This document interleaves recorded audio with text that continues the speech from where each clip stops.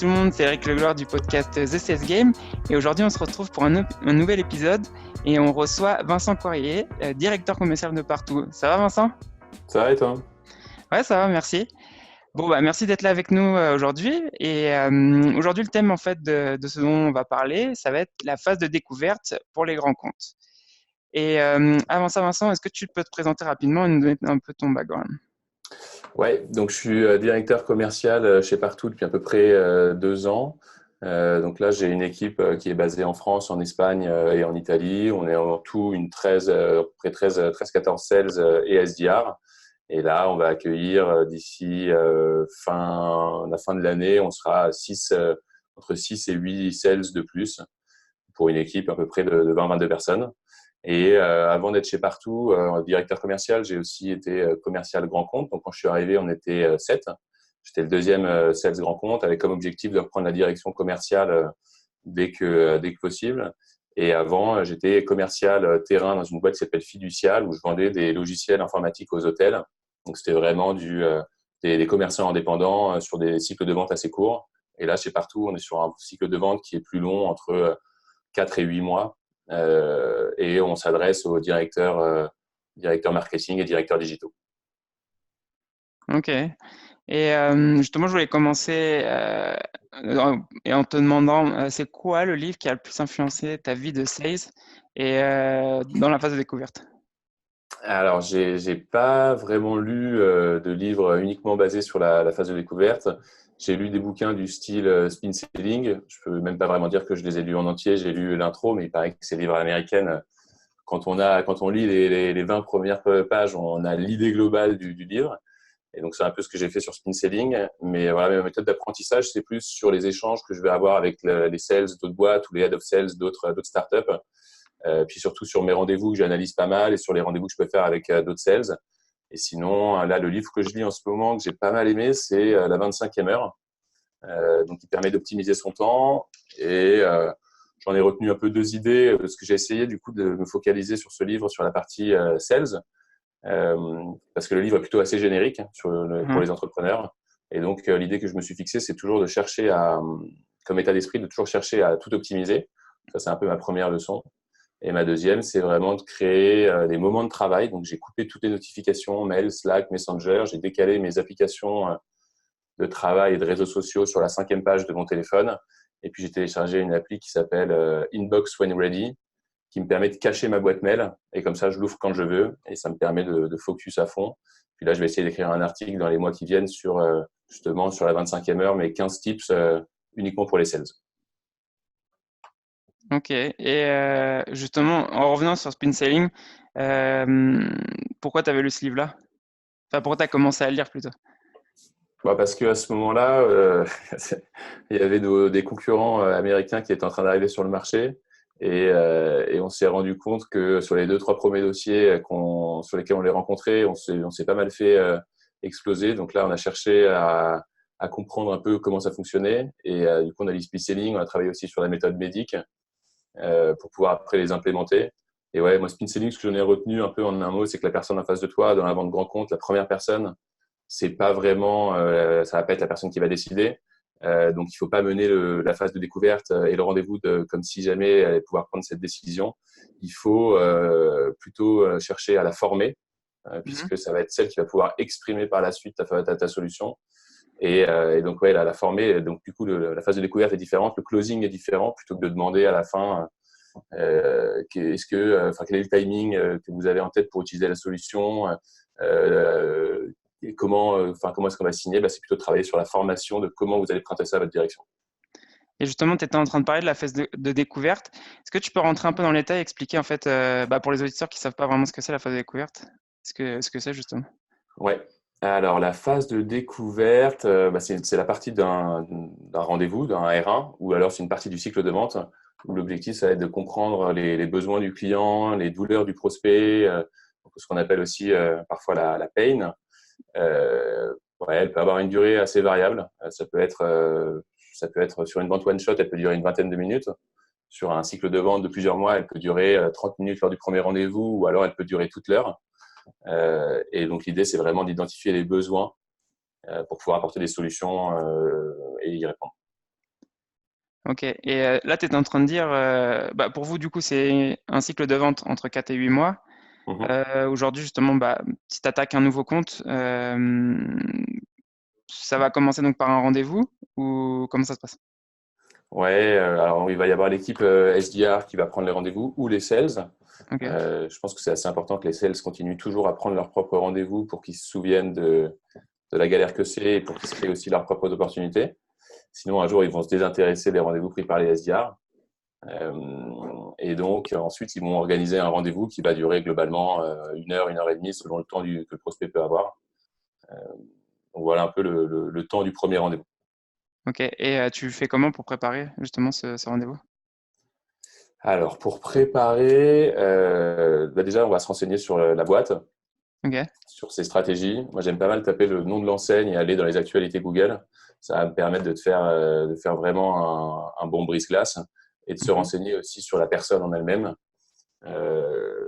Ouais, les actualités, c'est vraiment le truc le plus intéressant euh, pour pouvoir, quand tu arrives, avoir un échange qui va être directement naturel. Typiquement, le brise-glace, il faut éviter le brise-glace qui va être commun à tous les sales, comme par exemple les bureaux, les locaux. Ah, vous êtes bien ici. Donc, c'est commencer par une actualité, c'est un peu plus pertinent, quoi. OK. Et enfin, combien de temps tu mets à peu près pour préparer ce rendez-vous? Ouais, je dirais une demi-heure selon Une la demi-heure. taille du compte, selon la taille ouais, de l'opportunité, selon l'importance, selon le nombre de personnes qu'il va y avoir en face. Ça peut être assez variable. OK. Et du coup, en fait, comment tu structures ce rendez-vous? Tu peux nous expliquer un peu, en fait, bah, Ouais. enfin, première partie du rendez-vous, comment ça se passe? Alors, en gros, ma manière de voir la phase de découverte, elle a pas mal évolué. Avant, j'étais vraiment dans cette vision de la phase de découverte, tu vois, c'est un temps imparti qui est dédié à la découverte et c'est au début du rendez-vous. OK. Ça veut dire que tu as ton R1, les 20 premières minutes, les 20-30 premières minutes, tu fais ta phase de découverte. Juste quand tu dis R1, c'est quoi? C'est rendez-vous 1. C'est Rendez-vous le 1? OK. premier rendez-vous que tu fais OK, avec ton OK. prospect. Et donc après, je me suis rendu compte au fur et à mesure que c'était pas forcément un temps qui devait être alloué dès le départ.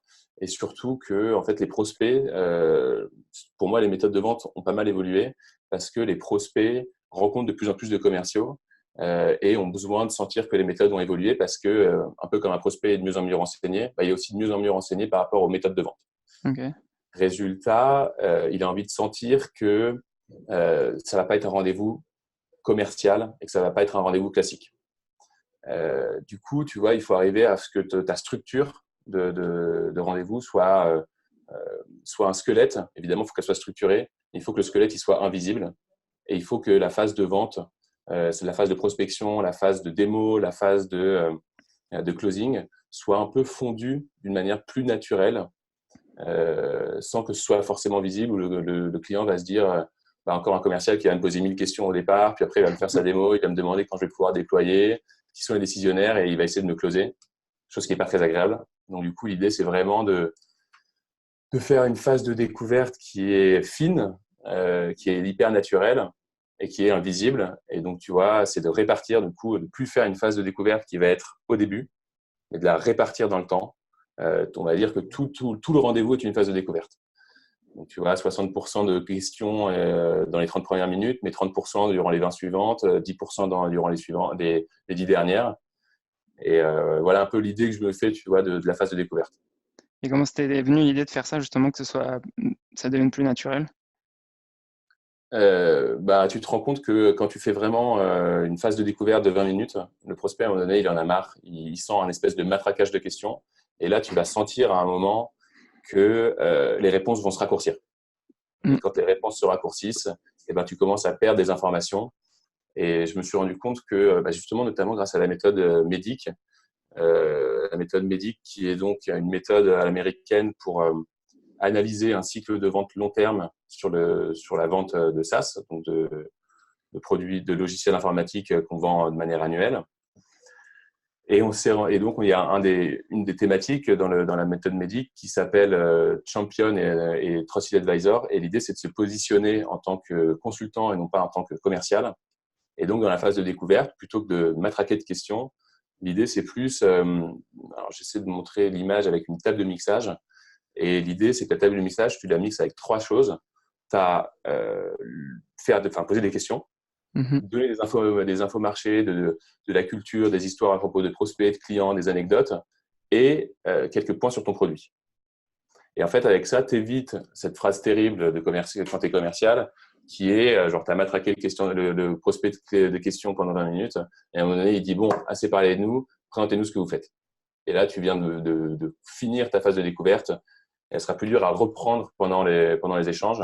Alors que si tu arrives en fait à avoir un doux mélange de cette table de mixage entre des questions, des infos marchés, ça te fait penser à une anecdote et quelques infos sur ton produit et que tu balayes au fur et à mesure, et ben en fait, ta phase de découverte va être beaucoup plus longue et tu vas choper beaucoup plus d'infos. Ouais, en fait, l'idée, c'est Et plus donc, de faire une conversation en fait avec le prospect. et c'est exactement ça, c'est d'arriver à ce que ce soit hyper naturel. Ouais. Et en fait, en faisant ça, tu vas pouvoir, je sais pas, genre au bout d'une heure de discussion, le plus important, c'est que la personne se soit dit, j'ai appris quelque chose. Et si elle a appris quelque chose, du coup, tu vas devenir intéressant. J'écoutais un podcast ce matin où bon, il parlait de l'importance d'être souriant, etc., etc., mais surtout de rendre il faut que tu sois intéressant et il faut que que le prospect ait le sentiment de pouvoir aller chercher d'autres choses intéressantes avec toi. Et donc, pour aller chercher d'autres choses intéressantes avec toi, il faut que tu te sois positionné en trusted advisor. Donc, il faut que tu lui aies donné des infos marchés, des anecdotes et qu'il soit sorti de là en se disant, bah, dis donc, j'ai appris plein de trucs. Bah, je suis chaud pour faire un nouveau call avec lui. Parce que tu lui as donné suffisamment lors de la phase de découverte. Alors que si tu fais que des questions, tu ne donnes pas. Et mon idée, c'est de se dire que tu vas donner autant que tu vas demander. OK. Et justement, toi, tu vois ça, la phase découverte, comme un docteur qui essaye de prescrire un médicament à son patient, ou comment tu vois ça? Tu veux dire le côté, l'objectif, c'est Solution. de vendre précisément ce dont le client a besoin. Ouais. Ouais, alors ça dépend des manières de voir des entreprises, mais effectivement, l'idée d'une bonne phase de découverte, c'est que c'est un peu comme un commercial. L'objectif, c'est surtout de pas parler de toutes ses fonctionnalités, parce que sinon, si jamais sa solution est complexe, il va complètement perdre le prospect dans les arguments. Et plus la phase de découverte est précise, euh, plus il va pouvoir être précis dans les propositions. Et justement, un peu sur le modèle de spin selling, comme la personne qui est en face de toi, tu vas la former à Mhm. présenter à sa direction, et elle va pouvoir retenir qu'une partie des informations. Pour pouvoir retenir qu'une partie des informations, il faut que tu puisses lui donner que les informations dont elle a besoin et tu lui donnes les bonnes informations par la phase de découverte que tu as faite. OK. Et justement, quand tu dis type d'information, quel type d'information ça peut être? Tu parlais tout à l'heure des chiffres du secteur ou Alors, des exemples. ouais, alors ça, c'est ta phase de recherche qui va primer. C'est vrai que c'est assez OK. difficile à exprimer parce que ça va dépendre pas mal de ton secteur d'activité. Mais pour moi, c'est marrant que vous me parliez de ça. Ouais, votre difficulté par rapport à votre réseau d'indépendants et de comparer à un réseau qui est intégré, c'est que vous, c'est plutôt comme ci et comme ça. Là, moi, ça me fait penser à un client qui avait exactement la même problématique, mais ça peut aussi être, quand je lisais la 25e heure, je racontais ça à un prospect parce qu'on a parlé, je sais pas, d'organisation du temps de travail. Mhm. Et l'idée, c'est vraiment, quand je me forme un peu en continu, je suis sur Twitter tous mes concurrents, je suis tous les acteurs du marché. Et à chaque fois que je lis une info intéressante, je fais en sorte de m'en servir dans, dans la semaine. Je sais pas, par exemple, nous, on fait du référencement sur Google, sur Waze, sur Apple. Si je lis que Apple vient de faire une cartographie 3D du centre commercial de Quartz, je fais en sorte de forcément m'en servir dans la semaine pour pouvoir asseoir ma crédibilité sur mon secteur d'activité et pour pouvoir faire en sorte de me rentrer cette info dans la tête et que je pourrais réutiliser. Du coup, à force de faire plein de rendez-vous et de toujours additionner ces petites anecdotes et ces petites infos marché, je vais cumuler des connaissances qui me permettront d'avoir un échange hyper naturel parce que j'aurai plein d'histoires à raconter et théoriquement, le prospect se dira qu'il a appris quelque chose et que c'était intéressant. Et justement, quand tu racontes tes anecdotes, après, tu enchaînes sur tes questions de découverte ou… Ouais, c'est exactement ça. En fait, OK. il faut faire en sorte que les transitions soient assez rapides. Yes. C'est, je pose une question, ah tiens, mais ça me fait penser à ça. Et d'ailleurs, vous, comment vous faites ça? Et là, après, derrière, tu peux aller plus en profondeur dans les questions. Donc, vous me dites que vous faites comme ça, mais plus précisément. Et donc là, ça te permet de pouvoir rentrer plus loin. Une méthode que j'aime beaucoup aussi, c'est à chaque fois qu'on me pose une question, globalement, genre au moins 90% des fois, je vais reposer une question par-dessus. Ça, c'est vraiment un gros conseil que je peux donner parce que ça permet trois choses. Ça permet de pouvoir rentrer, ça permet de pouvoir vérifier déjà si on a bien compris la question. Mhm. Ça permet de pouvoir rentrer plus en profondeur. Enfin, déjà, ouais, de vérifier, de rentrer plus en profondeur euh, et de pouvoir s'assurer que ce soit précisément la réponse qu'il attendait. Ok. Ouais, bah, ça va être bien, je pense, à faire ça pour rentrer plus dans le détail. Et, euh, et tu fais ça comment? Enfin, tu peux donner un exemple justement quand tu fais ça, si je te pose une question. Euh, Vas-y. justement, j'étais en train de penser à une. Bah, je sais pas, l'intégration de ta solution, si elle peut fonctionner avec Google Maps. Quand tu dis Google Maps, est-ce que tu parles de la possibilité d'intégrer les informations dans Google Maps ou est-ce que tu parles de la possibilité d'avoir un compte et de rassembler toutes mes fiches pour pouvoir les gérer dans un seul endroit? Justement, d'avoir un compte et de mettre toutes mes fiches au même endroit. Ok, donc tu vois, ça me permet de pouvoir Ouais, identifier. Donc je suis rentré dans un niveau en profondeur ouais, parce que ce que tu m'as dit, c'était pas forcément clair. Tu vois, est-ce que tu me ouais, parlais c'est ce que j'ai. de Google Maps? Enfin voilà. Ouais, ouais, parce qu'il y a plein de détails. Après, je pense que des fois, les prospects, ils pensent être clairs en fait quand ils vont te poser la question. Et si tu essayes de répondre à la question sans avoir vraiment compris la question, va y avoir un décalage entre ce qu'il est en train de te dire et ce que tu lui réponds. Ouais, il y aura un décalage. Et puis ouais, ce que je voulais dire aussi tout à l'heure, c'est que la troisième chose que ça te permet, c'est de pouvoir trouver une occasion en plus de le faire parler à nouveau 30-40 secondes. Tu Ok, vois, c'est un peu comme au rugby où ton objectif, c'est toujours essayer d'avancer de 2-3 mètres. Bah, en soi, le prospect, ton objectif, c'est de faire en sorte qu'il parle toujours 30 secondes de plus. ok. Qu'il ait toujours une raison de parler un peu plus. Et comme ça, tu vas choper le maximum d'informations. Parce que tu sais, s'il parle plus aussi, il va peut-être laisser plus d'informations il n'allait pas forcément dire si tu n'avais pas posé cette question. Ouais, et puis comme tout le monde adore parler de soi, si tu veux, si tu arrives à le mettre suffisamment en confiance au départ avec le brise-glace et que tu as bien fait Ouais, cette méthode de mixage, de poser des questions, de donner des infos, et ben là, quand il te pose une question, que tu lui en poses une, bah, s'il va continuer à parler, ça va continuer à rentrer en profondeur, tu vas rentrer plus dans le détail et tu ok, pourras mieux cibler par la suite.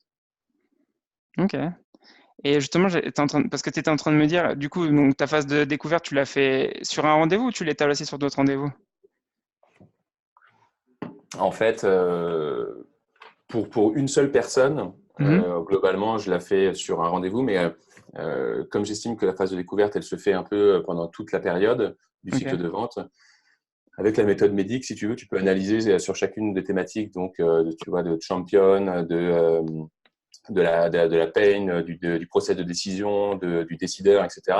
On arrive en fait à créer un framework, donc une méthode d'utilisation de cet outil mhm. qui te permet de savoir quel est ton niveau de connaissance sur chacune des thématiques, qu'est-ce que tu ne sais pas et comment tu vas faire pour pouvoir le savoir. Et comment tu vas faire pour pouvoir le savoir te détermine des questions qui en soient la continuité de la phase de découverte. Hmm, ok, Ça, c'est pour moi la première partie. Et la deuxième, c'est que en vente grand compte, tu vas avoir de multiples interlocuteurs. Et l'erreur à ne pas faire, c'est de se dire que comme tu as fait une phase de découverte pendant le premier rendez-vous, du coup, tu sais déjà tout et tu n'as plus besoin de faire une phase de découverte lors du second rendez-vous. Par exemple, j'ai rencontré le responsable de l'acquisition trafic. Et ben, par la suite, si je rencontre le responsable SEO, si je rencontre le directeur digital, directeur marketing, je vais faire quasiment la même phase de découverte, mais je vais m'appuyer sur ce que j'ai appris précédemment. Et c'est pour ça qu'en fait, une phase de découverte, quand elle est bien réussie, c'est aussi d'utiliser ce qu'on sait déjà. Moi, si jamais j'ai la réponse à une question, je vais toujours la poser lors de ma phase de découverte. Parce que je ok, sais que derrière, je vais pouvoir asseoir plus facilement ma crédibilité sur le marché, parce que je vais pouvoir aller plus facilement en profondeur, parce qu'en fait, je connais une partie de la réponse. Et du coup, je peux aller directement plus loin. Et donc, quand j'ai fait une phase de découverte avec un responsable SEO, quand je rencontre le responsable digital, il doit y avoir à nouveau la même phase de découverte, plus ou moins mhm, de la même durée, mais avec des questions différentes qui sont plus axées sur son métier. On avait préparé chez ok, Partout, tu vois, on était, à un moment donné, on avait un projet, on savait tenir, je sais pas, genre 2 heures en rendez-vous. Et l'idée, c'était de pouvoir tenir 5 fois 5 heures sur 5 thématiques différentes. Et du coup, avec ça viennent 5 typologies de questions pour 5 interlocuteurs différents, 5 besoins différents et donc 5 phases de découverte différentes. Ok. Quand tu disais justement typologie de questions, tu veux dire quoi par là? Un responsable SEO, tu lui poses pas les mêmes questions Ouais. qu'un responsable de la relation client qui, lui, va s'occuper de la réponse aux avis. Donc, il faut avoir en fait autant de typologies de questions que d'interlocuteurs. Parce que ça va pas être les mêmes problèmes, ça va pas être les mêmes besoins. Ok, donc tu as déjà tes questions préfaites pour chaque persona en fait, que Bon, tu vas ça, rencontrer. c'est plus au moment du onboarding, de la formation, Mhm. où là, tu as tes questions. Après, je fais en sorte de ne pas avoir trop de questions toutes faites parce que justement, tu risques de couper ce naturel. Et comme l'objectif, c'est d'avoir un échange qui soit très fluide Ok. et très naturel, avoir une liste des questions prédéfinies risque de couper ce naturel, justement. Ouais, c'est ce que j'allais te demander justement si tu avais déjà ta liste de questions que tu arrivais et tu posais. Tu vas plus, comment dire, tu vas avec tes notes, mais j'imagine que tu es plus dans l'idée de remplir, enfin d'avoir telle information, mais tu vas pas poser 30 questions pour avoir cette information. Bon, à mon avis, les questions, elles sont importantes. Ouais, C'est ouais. important de déterminer les questions par interlocuteur, mais c'est plus au moment du onboarding et de la formation. Et derrière, faut faire en sorte que le commercial ne les apprenne pas non plus par cœur et utilise strictement ces questions-là. Enfin, en gros, c'est pas des cases à causer, Ouais, ouais, des ok. cases à cocher. Ouais, c'est ça. Je voulais savoir parce que sinon, en fait, ouais, c'est comme ce que tu es en train de dire. On revient sur le fait que ça va pas être naturel, ça va être vraiment un interrogatoire plus qu'autre chose. Ouais, et tu le sens d'ailleurs dans certaines solutions où la vente va se faire en ligne, que ce soit par des SDR ou des sales, c'est vraiment pareil. Tu sens quand le mec il est en train de cocher des cases. Et du coup, c'est pas très agréable parce que ça manque de fluidité et d'une question à une autre, Hein, c'est vraiment très haché. ok. Et tu fais comment justement pour enfin, bon, enseigner ça à tes sales, à tes vendeurs? Pour pas que ce soit, enfin, pour vraiment que ce soit que ce soit une conversation, pardon, que ce ne soit pas justement un interrogatoire quand ils vont avec les prospects ou les clients. C'est de les accompagner en rendez-vous pour les aider à travailler la phase de brise-glace. Mhm. Et ouais, tu vois, c'est marrant que tu me poses cette question parce qu'on a eu le cas là récemment où on a un sales, tu vois, qui avait des difficultés, enfin d'ailleurs plusieurs, où on avait un peu de difficulté ces derniers temps à vraiment créer de la valeur. Et la valeur qu'on avait du mal à créer, c'est qu'il fallait reprendre, et on a mis du temps à l'identifier, il a fallu qu'on reprenne en fait vraiment la base. Et la base, c'était justement la phase de découverte. Et donc la formation, c'est là où elle doit être vraiment continue, c'est de continuer à aller en rendez-vous, c'est de faire en sorte, on fait en sorte aussi que les sales aillent, fassent des rendez-vous ensemble Mhm. pour qu'ils puissent se challenger mutuellement. Et en vrai, il n'y a pas vraiment d'apprentissage. C'est plus de faire des rendez-vous ensemble, de se donner des conseils. Et aussi, s'il y a un outil, c'est de faire en sorte, au bout dès qu'un sales il est arrivé depuis, genre, je sais pas, 3 mois par exemple, l'idée c'est que le rendez-vous, en tout cas le premier rendez-vous, il n'y ait pas de présentation, il n'y ait pas de presse. Pas de Mhm. presse et pas de démo. Et donc le sales doit se débrouiller pour gérer son rendez-vous d'une manière naturelle, sans support. Et c'est parce qu'il n'y a pas de support que il faut que ce soit fluide et il faut que ce soit un échange. Ok. Et justement, quand tu as un sales qui arrive et qui a jamais fait ça, tu fais comment? Du coup, j'ai une formation on a un sales book, Mhm. donc un peu une bible, le bible du sales grand compte chez partout, où on donne les tips que je donne plus ou moins ici sur comment gérer sa phase de découverte de la manière la plus naturelle possible. On fait en sorte qu'il puisse écouter pas mal enfin qu'il aille au rendez-vous avec les customer success pour écouter des anecdotes, qui suivent sur toutes les actualités. On a une channel sur Slack veille concurrentielle, mais aussi veille marché, pour qu'il ait le plus d'éléments et d'anecdotes à raconter à son prospect. Et après, c'est pas mal d'expérience pour que ce soit qu'il y ait vraiment ce sentiment de fluidité. Ok. Et justement, quand tu étais en train de dire là, sur les anecdotes de tes équipes de Customer Success, vous avez un book aussi pareil pour avoir toutes ces anecdotes? Ou justement tu les... Ouais, On a eu un PowerPoint avec une soixantaine d'histoires à raconter. La réalité, c'est que si tu les as pas utilisées au fur et à mesure, tu peux pas retenir des anecdotes. Mhm. Tu vois, les anecdotes, tu les retiens correctement quand c'est la tienne déjà. Oui, Donc c'est là où ça prend un petit peu de temps. Mais tu la retiens parce qu'elle t'est arrivée et tu la racontes, pas parce qu'on te les a enseignées. Donc, sinon ça semble pas très naturel, tu vois, de dire on a eu le cas avec un client, il lui est arrivé ça et ça. Ça va sentir assez récité jusqu'à ce que ce soit toi vraiment qui ait eu ouais. le cas. Ah oui, je vois le truc. Ouais. Ouais, je vois qu'en fait, au final, tu fais plus. L'idée, c'est plus de leur montrer. Et lui, il assimile l'information à sa manière. Et après, il l'explique à sa façon au lieu de lire un PowerPoint ou enfin de lire un document où il y a l'information dedans. Ouais, exactement. Ok. Ah, bah j'avais pas pensé, mais en tout cas, c'est bien de savoir ça. Parce que je voyais pas ça comme ça. Et justement, comment tu as fait toi pour te former sur la phase de découverte? T'as eu, c'est en lisant des bouquins, tu as eu comment dire, un directeur commercial qui t'a enseigné de cette façon-là? Ouais, alors j'ai mon ancien boss, justement, quand j'étais sur la vente aux commerçants indépendants, qui m'avait expliqué, par exemple, que pour pouvoir trouver un brise-glace facilement, quand tu arrives de manière physique, en tout cas, quand tu arrives physiquement dans une entreprise, tu fais ce qu'on appelle le 360 degrés. Et en fait, pour éviter justement ah, vos locaux, ils ont l'air bien, vous êtes bien installés, qui sont en fait toutes les brise-glaces que tu peux imaginer au premier abord. Du Hein, coup, les autres sales le font. Il faut imaginer que le prospect, il va se faire, je sais pas, genre peut-être entre 7 et 10 rendez-vous par semaine avec des commerciaux. Donc, ton brise-glace de première intention, il est forcément en doublon avec un autre commercial. Et donc, le 360, en fait, c'est d'aller se promener à l'accueil et de voir, enfin, ou dans les premiers couloirs, et de voir les affiches qui peuvent être au mur, de voir si jamais il y a des notes au personnel. Et ça peut te faire une première accroche. Et puis sinon, c'est d'aller justement sur les actualités sur Google. Et au moins, tu commences par ça. Donc, ça, c'est le côté 360. Et après, sur la formation, à mon avis, au départ, c'est vraiment d'écouter les sales. Du coup, moi, là encore maintenant, j'écoute pas mal les sales et comment ils font leur méthode de découverte pour après travailler dessus, réfléchir dessus et après en faire des formations. Et puis, j'ai un document sur chaque sales qui rassemble tous les résumés de rendez-vous. Donc, le sales fait un ok. feedback sur son rendez-vous. Moi, je lui donne ensuite un feedback. Il est rassemblé dans un document. Et puis, j'essaie maintenant, depuis peu de temps, de transférer ça avec leur accord, de transférer ça aux autres sales pour que chacun voit un peu les différentes problématiques qu'il a pu rencontrer.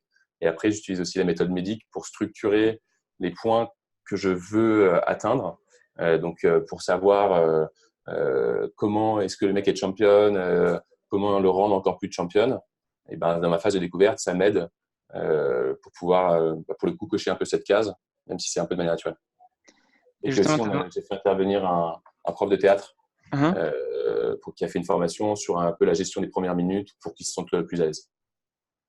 Ok. Et quand tu dis les premières minutes de la phase de découverte, enfin des rendez-vous qu'ils ont avec avec les prospects, Ouais, en en gros, déjà, les général? 3 premières minutes vont déterminer si ta phase de découverte va être fluide. Parce que si tu veux, si tu es à l'aise et que tu fais un bon brise-glace, la phase de découverte derrière, la personne va être beaucoup plus à l'écoute et du coup, ça va glisser. Ok. Et comment tu structures ces 3 premières minutes? Tu parles du brise-glace et après tu fais comment? C'est quand même principalement le brise-glace et Ok. justement, c'est d'arriver à directement à partir, tu vois, par exemple, quand j'arrive à un rendez-vous, je fais surtout pas le côté j'allume mon ordinateur, je branche mon adaptateur, le PowerPoint est prêt, je sors mon cahier et je mets sur le côté l'ordinateur. Ça montre à ton prospect que clairement, là, on rentre en phase de découverte Mhm. et ensuite mon ordinateur est prêt, on va rentrer en phase de démo et de présentation de ma presse PowerPoint. Tu vois, je fais en sorte que ce soit hyper fluide lorsque je commence à m'installer et à sortir mon cahier, parce que toujours la prise de notes est sur cahier pour pas briser justement la fluidité de l'échange. Et ben pendant que je m'installe, je commence à discuter, je parle éventuellement de ces postes précédents si jamais j'y ai vu un quelconque lien avec un client existant. Donc c'est vraiment là où la phase de recherche en amont va être utile. c'est que quand je vais être avec lui dans la salle et qu'on s'installe, on va discuter. Ok. Justement, pour revenir sur l'information, tu disais que soit tu cherches une information sur la boîte, soit tu cherches une information sur le prospect. Là, tu es en train de parler des boîtes dans lesquelles il bossait. Mhm. Tu cherches d'autres types d'informations? En fait, ça dépend jusqu'où tu veux. Enfin, ce prospect est Bien. important et du temps Ok. que tu as, mais tu vois, les articles qu'il a likés, les articles qu'il a éventuellement écrits. Tu peux chercher des citations du PDG, du DG sur la stratégie digitale. Quand tu vas sur la personne, tu peux regarder aussi, je sais pas, où est-ce qu'il a étudié. En fait, l'idée, c'est pas forcément de se servir de toutes les informations que tu vas pouvoir avoir Ouais, trouvées ouais. sur. C'est juste le moment où il va y avoir une possibilité d'accroche, et ben tu vas pouvoir la saisir beaucoup plus facilement. Tu vois, je te donne un exemple qui m'est arrivé en entretien. J'avais un sales qui me dit, on parle de travailler à Reims ou quelque chose comme ça, et il me dit, mais qu'est-ce que tu veux que j'aille foutre à Reims? Et en fait, j'avais passé 3 ans de lycée à Reims. Donc, du coup, Mm. si tu n'es pas en possession de toutes les informations, tu peux passer à côté d'un potentiel lien à faire. Et tu peux foirer si jamais, tu vois, dire, je sais pas, si jamais tu commences à dire que c'est difficile de travailler avec les agences et que la personne, en fait, elle a travaillé pendant 6 ans dans une agence, bah, c'est pas très fin, quoi. Ouais. Ouais, bah, la personne, elle va se braquer, quoi. Elle va pas. Ouais, exactement. Ok. Et pour toi, la phase de découverte, c'est une des phases les plus importantes du cycle de vente?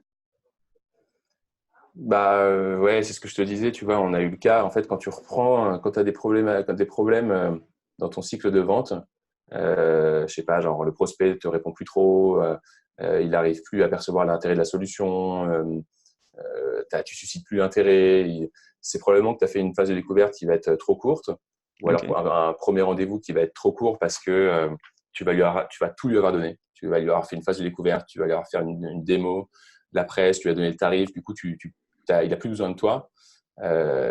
Et donc, tu vois, si tu arrives bien à allonger cette phase de découverte, et j'insiste vraiment sur le côté de la phase de découverte, c'est pas les premières minutes, c'est vraiment tout le long. Mhm. D'ailleurs, ta prise de notes doit s'en faire ressentir. Euh, donc, en soi, si tu arrives à faire une belle phase de découverte, toute ta vente, qu'elle soit, bah déjà, si c'est sur des ventes one-shot, une bonne phase de découverte augmente tes chances de signer. Et si tu es sur une phase de découverte qui va être sur un cycle de vente grand compte, en fait, cette phase de découverte, ça va pas être que les questions, ça va être aussi toute la construction de ton positionnement de trusted advisor, donc de conseiller plus que de vendeur, et de la création de ce champion qui va pouvoir.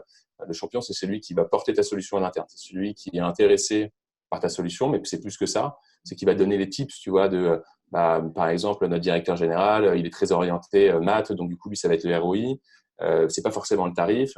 Euh, notre période forte, ça va être celle-là, mais la manière pour pouvoir signer, ça va falloir que ça passe par le légal, mais le légal, ils vont mettre plusieurs semaines. Enfin, toutes ces infos-là, c'est parce que tu as fait une Mhm. phase de découverte où à un moment donné, tu as réussi à créer une équipe, tu vois. C'est parce que tu l'as rendu relax, qui t'a donné des bonnes infos, que tu lui as toi aussi transmis ces bonnes infos, que du coup, tu vas pouvoir créer cette équipe. Euh, et ça, c'est un peu le closing du champion, c'est d'arriver à valider le côté genre, OK, donc maintenant, vous êtes intéressé par la solution, comment est-ce qu'on va y arriver, comment on présente ça à votre direction. Et tout ça, c'est parce que tu as mis en place cette belle phase de découverte. Et si t'as pas de champion, justement, ça se passe comment? Et ben, dans ce cas, tu fais en sorte que, du coup, là, tu n'as plus un champion, tu as probablement enfin, déjà, il y a un entre-deux entre le champion, le contact et l'ennemi. Mais dans ce cas, il faut chercher à l'éliminer. Soit parce que tu arrives à ce qu'il te mette en relation avec quelqu'un qui semble plus sur ton secteur. Donc, par exemple, si tu avais un responsable digital, bah, tu lui demandes de te mettre en relation avec le responsable SEO, puis tu vas chercher un autre champion.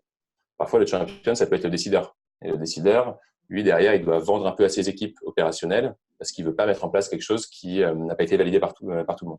Donc, le champion Ouais. peut être le décisionnaire. Ouais, parce que si tu vends un truc où même les équipes elles vont pas l'utiliser, ça sert pas à grand chose. Il faut que tout le monde soit sur le même longueur d'onde, non? Ouais, exactement. Et donc, c'est ça qui est trop cool dans la vente grand compte, c'est que tu as vraiment des multi-interlocuteurs à, à convaincre. Et t'as pas encore découvert au fur et à mesure, tu sais pas encore si ton champion, c'est le premier interlocuteur. Ok. Et si tu as 3 conseils à donner sur la phase de découverte pour grand compte, qu'est-ce que ça serait? Euh, alors, là, je dirais, ouais, un gros conseil, ce serait de travailler sur sa prise de notes. En fait, une phase de découverte, en général, tu regardes, tu vois si jamais elle a été bien menée par la prise de notes du commercial. Tu regardes, en général, la prise de notes, elle va se concentrer sur les 10 premières minutes et derrière, ça va être complètement lâché. Donc, la prise de notes représente en général le, la qualité de la phase de découverte. Et une phase de découverte où la prise de notes est mauvaise, quand tu finis ton rendez-vous, tu as déjà forcément oublié à peu près 50% des informations qu'il a pu te donner. Mm. Donc la prise de notes, c'est quelque chose qui est antinaturel parce que tu es en train de faire deux choses à la fois. Donc tu prends des notes pendant que ton prospect te parle. Ok. Et donc il faut arriver à séparer l'attention de son cerveau en deux en fonction de l'intérêt immédiat de ce que le dit prospect. Donc ça veut dire que si jamais il te dit un truc qui est très intéressant, bah là tu écoutes à 100%, tu focuses sur ce qu'il dit.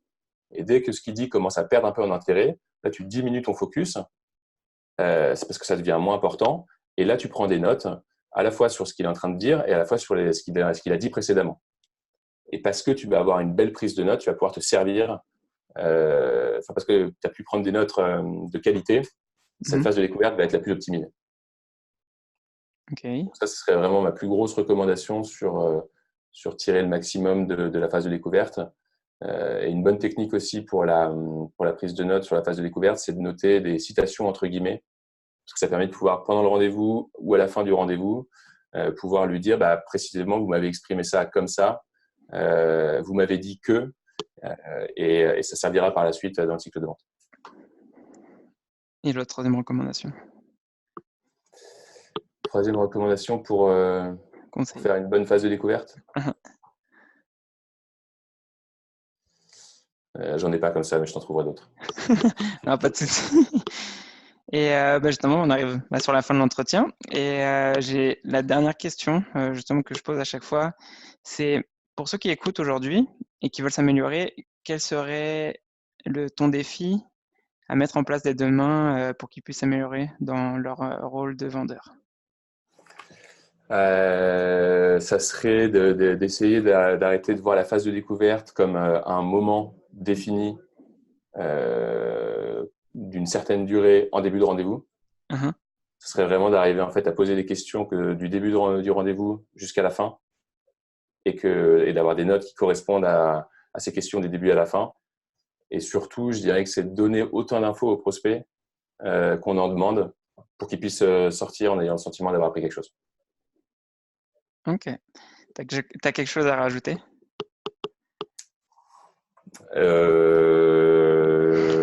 De continuer à écouter des podcasts de The Sales Game, d'écouter aussi d'autres podcasts qui se font aux États-Unis parce qu'ils ont une manière de voir la vente qui est assez intéressante. Et voilà, en gros, pour les derniers recours. Ok. Du coup, merci pour être venu aujourd'hui sur le podcast et merci de nous avoir écoutés. Ciao. Merci beaucoup, à bientôt. Merci d'avoir écouté cet épisode de The Sales Game. Si t'aimes le podcast, abonne-toi, laisse un commentaire, une note, partage-le avec tes potes, fais-le écouter à ta mère. En gros, fais-en ce que tu veux. Et ça serait top aussi si tu pouvais m'aider à le partager. On se revoit dans le prochain épisode. Ciao!